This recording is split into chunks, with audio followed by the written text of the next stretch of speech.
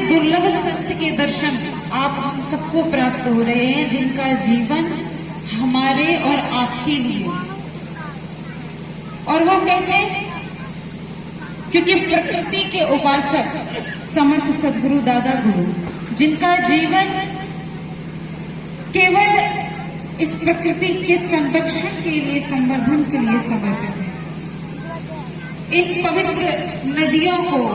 इन वृक्षों को, इन वनों को, जो हमेशा संरक्षण और संवर्धन का संदेश देते आए हैं, हमेशा उनके संदेश में, उपदेश में यही सुनने आता है कि वो केवल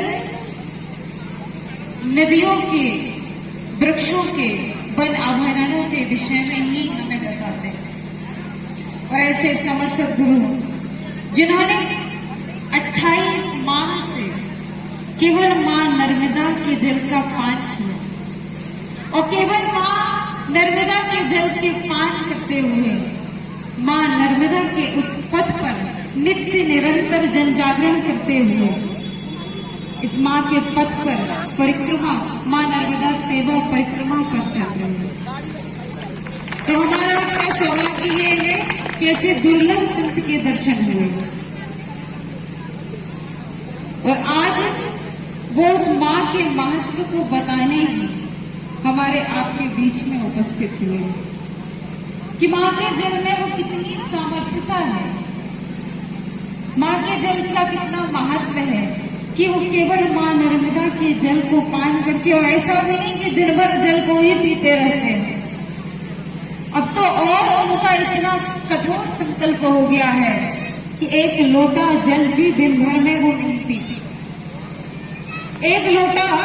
जल भी दिन भर में नहीं पी रहे हैं, और मां नर्मदा के पथ पर इसी तीव्र गति से चल रहे हैं, जन जन को संदेश दे रहे हैं कि मां के जल का संरक्षण, संवर्धन हमें करना होगा, नहीं तो आने वाली पीढ़ियां एक एक बूंद के लिए तरसी। आज हमें देखने में बड़ा सरल और साधारण लग रहा है, क्योंकि हमें हमारे जीवन के उपयोगी जल की पूर्ति बड़ी आसानी से हो रही है, पर कहीं ना कहीं ये मन में चिंतन होना चाहिए कि आने वाला समय, हम गर्मी में ही देखते हैं, गर्मी आने वाली है कि त्राही त्राही जल के लिए मच जाती है। तो नदियों से हमारा जीवन चल रहा है, और उन नदियों का जल गर्मी में सूख जाता है, और हम जल के लिए तरसते हैं। तो सोचो, जब नर्मदा की वो धारा ऐसे अविरल हमें प्राप्त नहीं होगी, तो आने वाला जीवन कितना संकट में होगा। और उसी